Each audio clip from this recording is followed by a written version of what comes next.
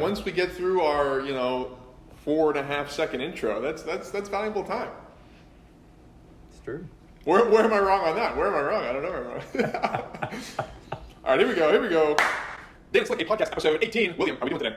Let's go, Dan. Let's get the timer. Let's get going. Well, you gotta help me with this one. Where am I wrong? So we hear a lot about regret throughout our whole lives, from the posters that the middle school girls will hang on their wall. Not that I know much about that. To advice that we get on a normal basis. Live life with no regrets. Just send it. But to me, regret is incredibly important to the capacity to learn, as well as the ability to not make the same mistakes again. So where am I wrong on regret? I think we need more of it. Yeah, I think if I'm following if I'm intuiting the kind of people you're talking about, I think there is a huge population of people who need a much more healthy dose of constructive regret. But I think it's also important not to let it be a crippling factor. So if there's only one place where you might be wrong, it's I think a lot of people they get in this feedback loop of regret to inaction, and then they just kind of get they stop doing anything. Yeah, that's me. And everyone should live like me. It's a perfect life. What are you talking about? You're right, Dan. I have no argument against that. So regret can be really tough to next. Yeah, it kind of goes with the not perfectionism thing, but you make one mistake, you're like, oh shit, I already fucked that up. How can I play it safe moving forward? So yeah, it's really tough to. It depends on what you frame it up, right? Well, it's just you can't have it can't be this dead robotic regret where just I am regretful. Period of this. It has to be an actionable regret. So it's I'm regretful, and there has to be an ellipsis after the regret, because otherwise, yeah, that's a. Although I will say, I think there's a lot to be said for just having those moments where you're just full on sad, you're just you just stop for a little bit and just let it hit you. I think that's very productive, but also I don't think it should be longer than a day. I would agree. I think that a lot of the psychological suffering we might face as a collective is from not feeling those negative feelings and kind of pushing them aside, but really leaning into them is key. Yeah, I think regret. Yeah, it's linked to gratitude. It's okay, I fucked up there, but I have a chance to make it better in the future. So team regret. Definitely. Okay, logical fallacy. So in an article in The Atlantic in 2014, the journalists talked about this very curious finding where they were looking at vaccination hesitancy. What makes people not get vaccinated? And what they found was, of all the groups of people, if you show someone very strong, compelling evidence that a vaccine is safe, the people who are hesitant to get one will become even more hesitant if they see good data. So what's the fallacy here? Well, I guess it depends on what their actual reasoning behind not responding to the data would be, right? Because if it was just a complete mistrust of whatever the source was, then I feel that would be a different fallacy than if there was data is stupid. I don't know, it could be where my brain is initially going is a mistrust of institutions, right? Because you see that a lot today. It's these folks who do the studies are clearly biased, so I don't believe them. So that's where my brain's initially going, but I think there's a clear... The psychological principle, it's called belief preservation, or more specifically in this case, it's manifests in a backfire effect. So if you're already leaning one way on an issue, if you see evidence that that goes against what you believe, you actually dig deeper down on that. And it's there's really people don't really know what to make of this, because I think it's this is a terribly dangerous phenomenon, right? Right. And I think that could be that's interesting. It could be a software update. I think it could also go the other way. So people who people who have what I would say is a healthy belief and trust in vaccinations, they might, if they see any data suggesting that the first vaccination that comes out of China might not work, they might actually like vaccinations more. It might backfire in the opposite ways. People might become less critical of vaccines when we actually should be a little wary, right? So I don't know. Yeah, vaccinations are a good example. I'm just more interested in the phenomena as a whole, right? Because you can see it in a lot of different areas as well. I think it's a preservation of ego thing. Right? I'm not sure it's necessarily a flaw in logic, but it's a weird reaction that we're we don't want to be wrong about something. Yeah, I associate my identity with my opinion of this, and if I have to change my my beliefs, yeah, that's a huge hit to the ego. Huge hit. That's interesting. Man. So speaking of where we need to update our software, this is more of a hardware update. I feel like I'm going to steal that use case at a future episode, William. But think about the fact that the brain is still susceptible, and our moods from a given moment to moment are still focused around these ancient neurotransmitters like oxytocin and dopamine and endorphins. Get to it, Dan. How do we figure that out to not be as much of a thing anymore? So we're not just at the behest of whatever. Yeah, it makes it so manipulatable. It's subconscious phenomena. So can we be more conscious of subconscious phenomena, or more? Can we have it's probably gonna get to the point where we're taking certain pills just like we eat food. It's just hey, we've developed this thing that just immediately fixes this emotional offset in our brain chemistry kind of deal. I don't know. I feel it's got to go that direction. It's just so hard to control with mindfulness. It's such a hard muscle to build, and I don't know if that's gonna be the most used option.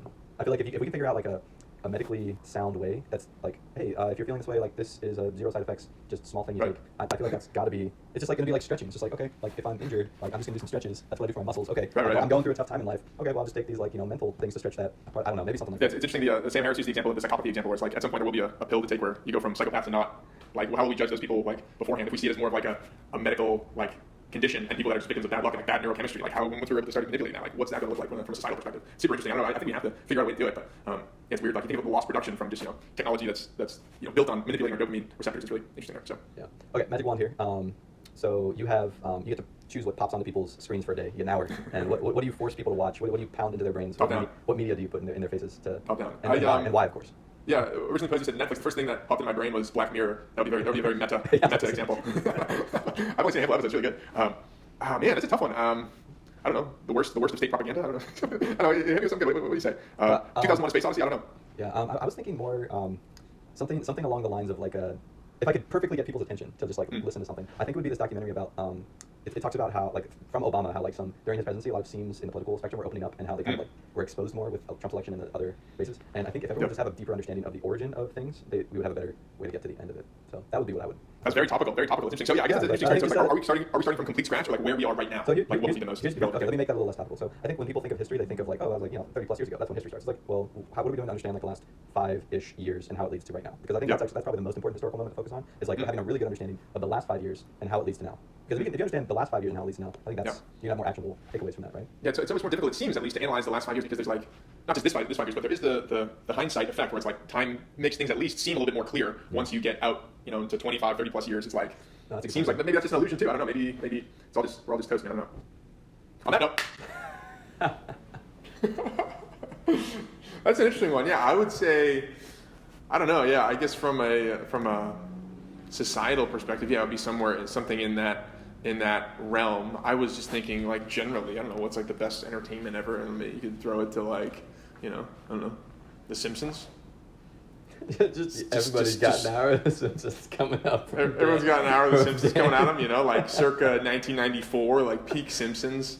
I think people should be watching that, just everyone, have a few more laughs. Everyone can use that every day. I think that's a fair argument too. Just like bring a little more levity, but also I'm like, people drown hours and hours of every day in just like, just throw. I mean, I'm random BS. Guilty as well of binging a funny show. It's like The Office. It's great stuff. Yeah, I know. That's what I was saying earlier about with my example, like. Because it just, the technology today, especially with screens, like we're so susceptible to it and so easy to manipulate because it just hits us with dopamine. Like, The Office, like, oh my God, like Netflix, like the little fucking spinny wheel, the 30 seconds in the next one. Is there an inherent good in like just giving in to that sort of rush of joy, even if it's not really producing anything? Like, what? Is there an inherent good in that? I don't know. No, I think there is. I think that, I agree with you in getting lost in the moment is a beautiful thing. Like, it can be something as like simple as, just hanging out on a Tuesday night watching Netflix with a friend or a significant other. Mm-hmm. It can make those small moments more profound, really just focusing on it.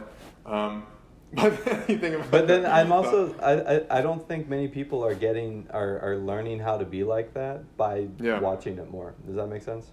Yeah, I think it does. So like the more you watch the more you watch it without any background in how to process it in a productive way, the worse you're actually going to move farther away from being able to truly enjoy that moment. Yeah, I think you're probably right.